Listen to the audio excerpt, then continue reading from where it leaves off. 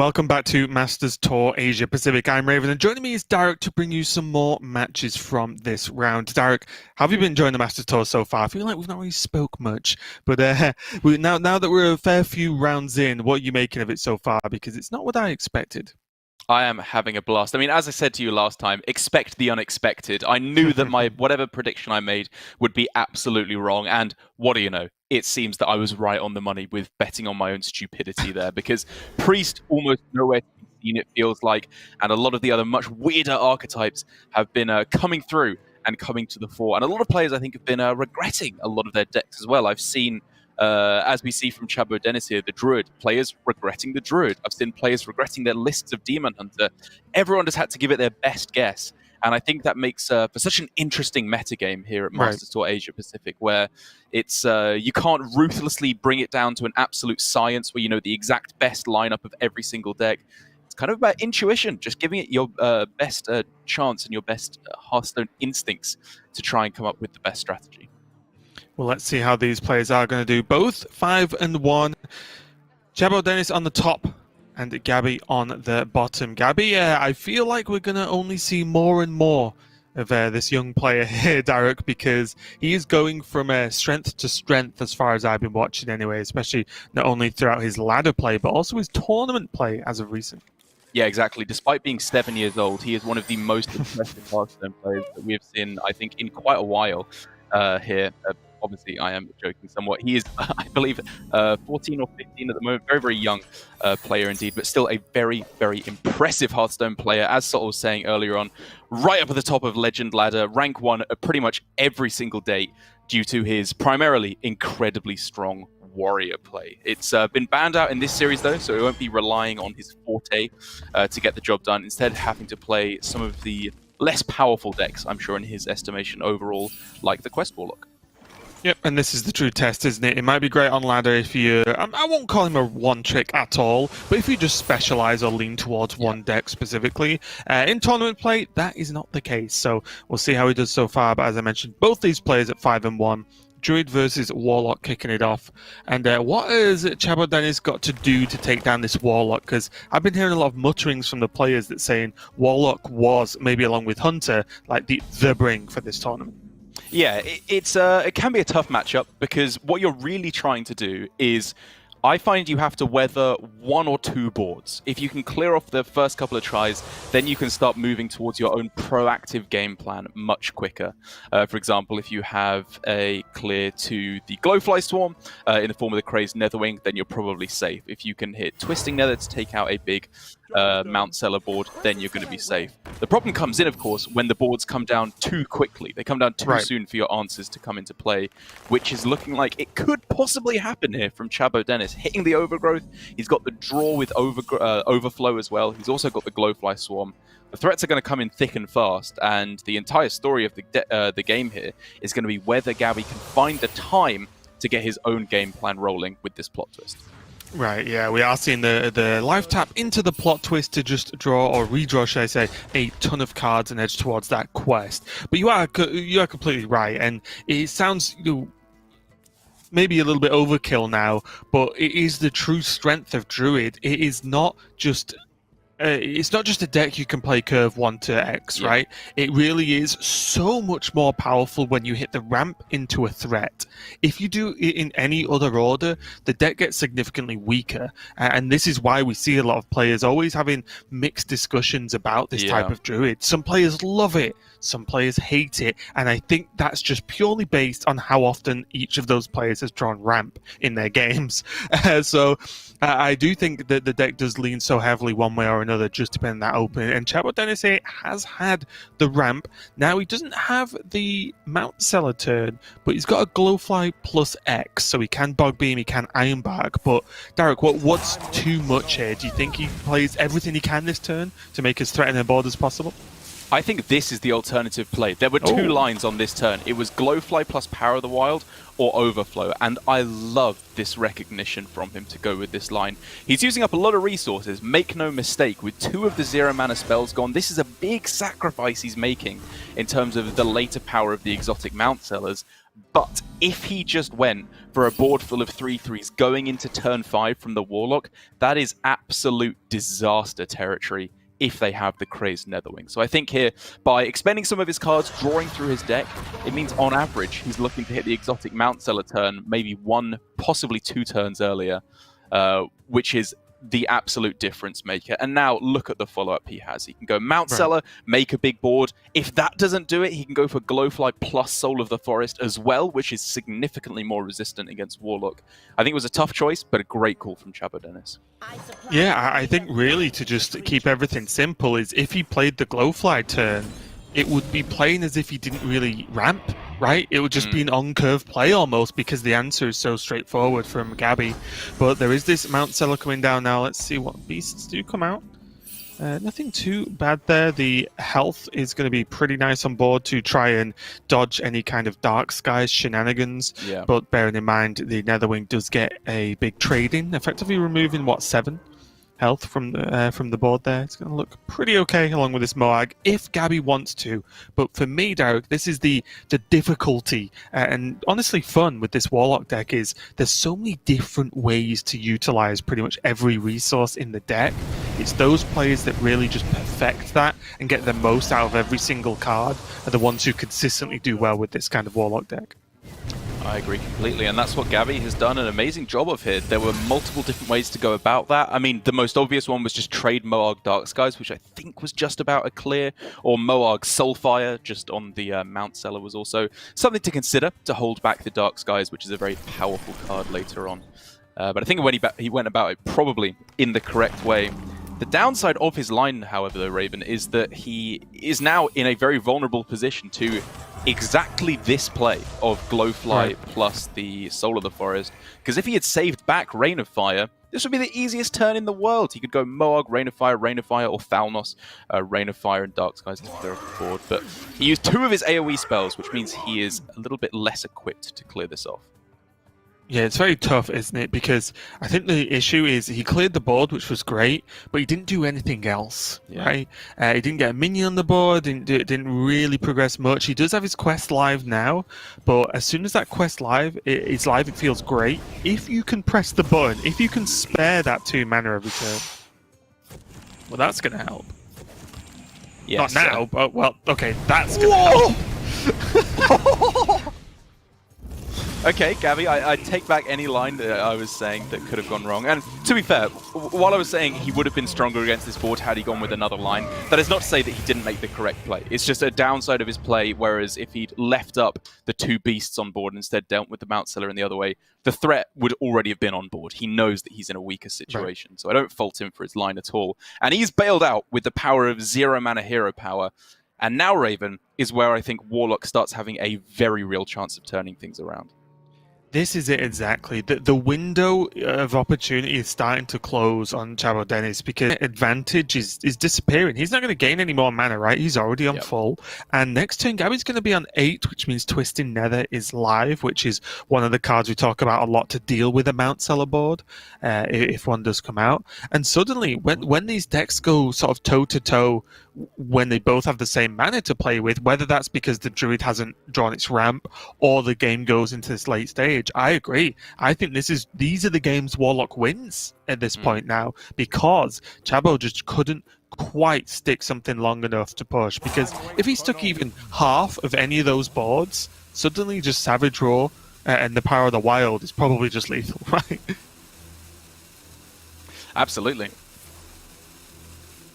And so it looks like ChaboDennis is taking an interim turn here, setting up for more powerful plays later on. I would imagine holding on to the excess mana to get a stronger Mount Seller makes a lot of sense. But oh my goodness, are the power plays coming in for Gaby? Just look at dead. this.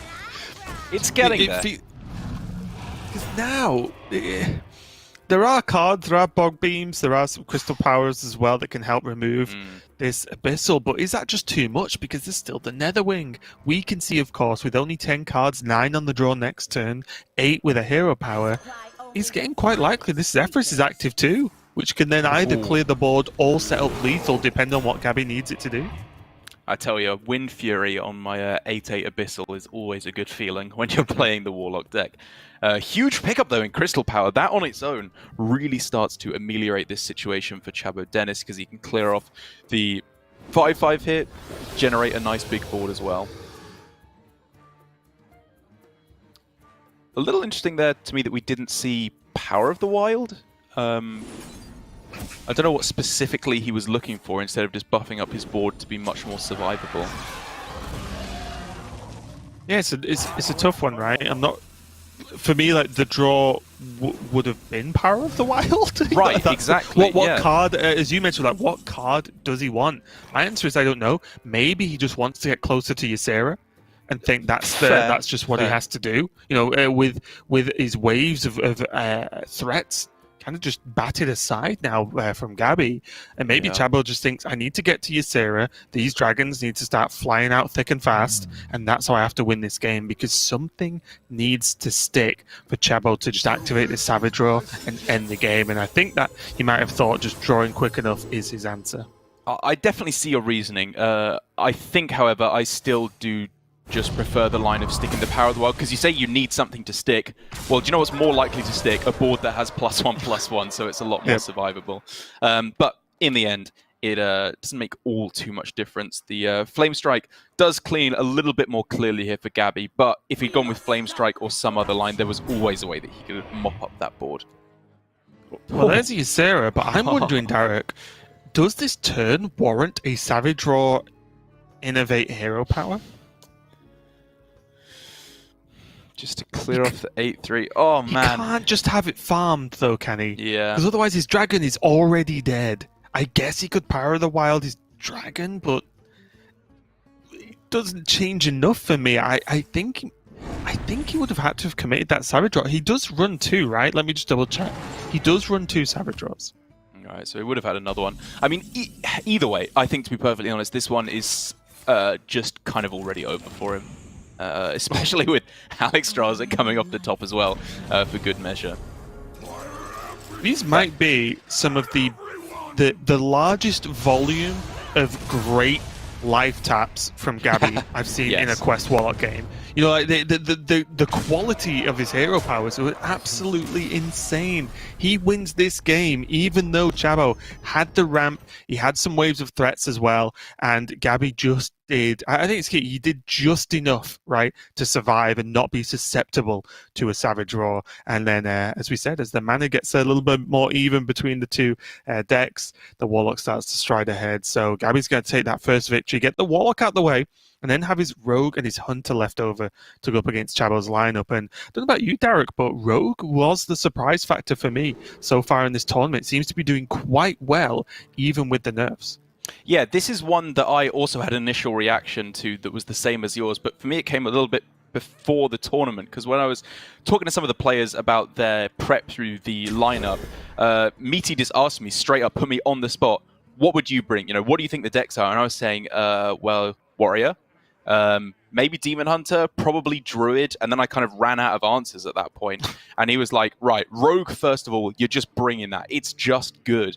The Warlock, the change to Galakron really didn't make all too much of an impact. The vast majority of the deck is still incredibly powerful. And I got to bow out and say, you were right. I think Rogue is still in a fantastic spot in this metagame. Not only can it fight back fairly well against the Highlander Hunter as the most popular single archetype in the metagame at the moment, due to its strong tempo swings, it's also pretty good, I find, against Druid now. It's become a much better matchup than it used to be due to the new lists that seem to run Questing Adventurer as well as Edwin. Yeah, well, we will get to Rogue probably in the near future, but for now we're going to go on to my end of town, I guess, with the Hunter here from Gaby, and you just know you're a good Hearthstone player when you can just coin that out on turn 1 as the Highlander Hunter. This is a dicey matchup, though. If Chabo can duplicate a similar start to what he did in the previous game, it is going to be much harder for Gaby on Hunter to fight back against that kind of aggression. True as that may be, I think I like Gaby's starting hand here. Obviously missing the 2-drop after going for a coin into the Imprisoned Felmore, is a little bit rough, but he's got some of the premium cards in the matchup. Primordial Explorer can be deceptively powerful because, well, I mean, I was going to say it can be an annoying hindrance to the Mount Seller coming down, but ChaboDennis dealt with that for him by discarding it off of the Fungal Fortunes. But all of these cards are just annoying. Dragonbane has to be cleared off. The Poison has to be cleared off. Evasive Failwing, you can't clear it off, even if you want to. I think that while ChaboDennis, if he starts hitting his own power cards, can definitely be in a good spot. I like Gaby's chances here. Yeah, and Sol and I were talking during the previous match about we feel like this tournament, Rottnest Drake has just soloed games. We feel like every time I've seen it played, it is pretty much been the game-winning single play that's led to so many victories so far over this tournament. But ChaboDennis does have some tools here. Fungal Fortunes, another card that received a nerf recently, going to 3 mana. Has not been backbreaking to the Druid deck, but still a little bit unfortunate. It just cost that little bit more, and this is just looking like it's going from bad to worse. The Claw and Moonfire to kill off the Primordial, like you said, a must-kill target, just leaves a 5/4 up, and it's only going to get worse from here, Derek. Just absolute power play after power play coming down.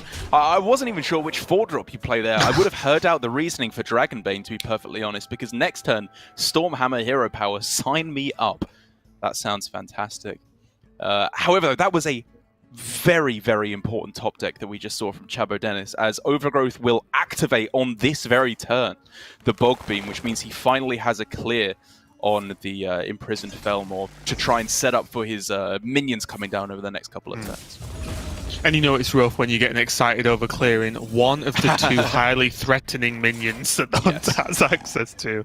And one small thing, I think the Evasive Faywing just edges out the Dragonbane, purely because if he is expecting the... well, it depends. If he's expecting the Glowfly potential, then the damage from the hero power then from the Dragonbane hitting a 2/2, although it's okay, it's not as good as just saying, oh, I'm just going to kill my opponent with guaranteed face damage. We are going to see this Ysera come down from Chabo now, and it's this is pretty much all in. But what did I tell you, Derek? The Rottnest just solos games! You don't need to tell me. I am an acolyte of Rottnest Drake as much as the next man. It is an absurdly powerful card and the perfect way for Gaby to close things out. 2-0 up now, with the Druid losing a game there yet again. Looking pretty rough now for ChaboDennis, and for Gaby just showing the power of the good decks lineup. This is nothing fancy, right. None of that aggro nonsense, none of that priest nonsense or weird demon hunter control decks. This is just, in my estimation, what he thought the 4 best decks in the game were, and I would tend to agree with him on that one. Yeah, I think it's easy for me to say now, Derek. I would definitely agree. If I'm being completely honest, and say I was submitting for this tournament, I think I would have dropped Rogue and probably submitted like Tempo Demon Hunter. That makes sense. I would have probably been wrong, because I think Rogue's been, as you wrote down very well earlier, has been performing very well. I thought the Galakron nerf was going to be worse than it seemingly is. But overall, I think Warlock was great. Highland Hunter, Warrior just seems great anyway. So yeah, I think, as you pointed out, the good deck's doing well for Gaby so far, and he looks like he's in a position to go 6-1 after this round is over in the Swiss, which is a pretty nice start for him to try and lock in that last day. And I think the good decks is just a perfect estimation of Gaby. I think Gia compared to him as like the new iteration of Tyler, which is a fairly apt comparison, I think. Whenever you ask Tyler, what's your favorite deck, he'd say whatever wins. I just play what's good. I don't have any sentimentality about it. I only care about winning. And I think with Gaby being the poster child for Warrior at the moment, I think he would have the same answer. It's not even that he particularly likes Warrior, although I'm sure he does. It's just the best deck, and he's incredibly good with it and has had a huge amount of success. He is just plays the best decks and wins with them. And it looks like at 5-1 now, potentially going up to 6-1, that strategy may continue to work. Yeah, and this rogue going up against the druid, as you mentioned, just going to triple check just to make sure I'm not being completely silly. But yeah, the double quest adventure is there for Gaby in this list. And also just having access to now these lackeys building up for the shadow steps along with his Van Cleef means that at any given point, Gaby's going to be able to create a very scary looking Van Cleef that is quite difficult to deal with from ChaboDennis' druid unless he already has a strong board. Yeah, I mean, the mulligan was deceptively complicated already, I think. Obviously, Edwin and Shadow Step, it's what you do in the matchup. But Miscreant is generally not a keep versus Druid, I find, even on the coin. Because you just want to go for the more impactful plays like Edwin. But when you already have that, you can consider holding on to it. Even then, though, coining it out does diminish the power of his Edwin quite drastically. And already, choices are starting to kick in, because suddenly, Derek, I'm looking at Quest Adventurer, Titanic Lackey, Shadow Step, Titanic Lackey. Try and kill that. I was wondering if you can get away with being greedy enough to hold back the Shadow Step, because 5 health, it's likely to survive on this turn. But why take the risk? I mean, you know, you don't need to get down so big of an Edwin when the questing is already going to run away with it. Well, Chabo's managed to hit the ramp, so Gaby does have to be aware that there could be a strong Mount Seller turn. For all he knows. And although the questing would have been quite likely for it to live, I appreciate this play from Gaby because it just lives, right? Yeah. In pretty much every outcome. It's got 9 health. That's insane. And, you know, from that turn onwards, with the help of potential Blackjack Stunner, or honestly, just this Faceless Corruptor, which isn't, you know, a completely standard card in Rogue. I've seen some people cut that. It's going to be huge with just these lackeys on board that at least you imagine either the Miscreant or a lackey is going to survive, which means Gaby can just assert dominance on board against this Druid. And he will absolutely continue to do so. Look at this curve. I mean, take your pick. It's probably Faceless Corruptor, I guess, after you value trade with the Miscreant, but just Seal of Fate, Lackey, and Blackjack Stunner is also an incredibly powerful turn. Seal Fate, not Seal of Fate. I'm doing it again. I'm not subtle. I'll let you off here. Thanks, buddy. And this is so good, I feel, for Gaby, that I'm literally sat here going, I wonder if the Blackjack Stunner play is better, because it means Overflow is worse, because there's just a 2-2 in hand. You know, it's an extra card in hand for Chabo. And when you start considering plays like that and those kind of merits, is when you're really ahead in the game, isn't it? Oh, yes. Because you start trying to look for the cute stuff, but ChaboDennis is not completely out of it yet. He's still on 22 health. He does have a Bog Beam, does have Mount Seller and this Crystal Power that you can all play this turn. And Rush Beasts exist, as I know you are well aware, Derek. So there is a chance. It's not like ChaboDennis is just dead, he may as well concede. He does have the tools. Well, the alternative line here is actually to go Savage Roar to get yourself a guaranteed clear on the questing adventure, and then you could also throw in double Crystal Power. You know that you're not activating the secret then either, so the board isn't going to get that much worse. Obviously, at that point, you've used some of your best spells to clear off the board, so your Mount Seller becomes a lot weaker. But I think, to be perfectly honest, unless you kill off the questing on this turn, you just will lose. It looks like Chabo agrees. Honestly, I saw the other way of you might lose, but if you use all your spells, how do you actually win is the issue. But I do appreciate that this question is just never getting smaller, right? And there are still so many minions that can come out from Gaby, because this is still only turn 5. Even though Chabo's on 8 mana, this is still only turn 5. If the game continued into late, there's plenty more Gaby could check out here. Using the Bog Beam instead of the Crystal Power is something I'm skeptical of at the end there, because obviously he's holding on to the potential for heal.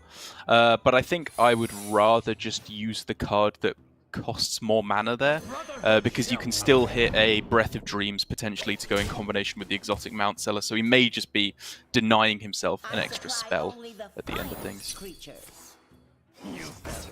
Well, there's the bad news as well. And now the Crystal Power and the Moonfire pretty much has to just go into this ambusher, right? He can't afford to try and do anything fancy with it. Yep, one choice only.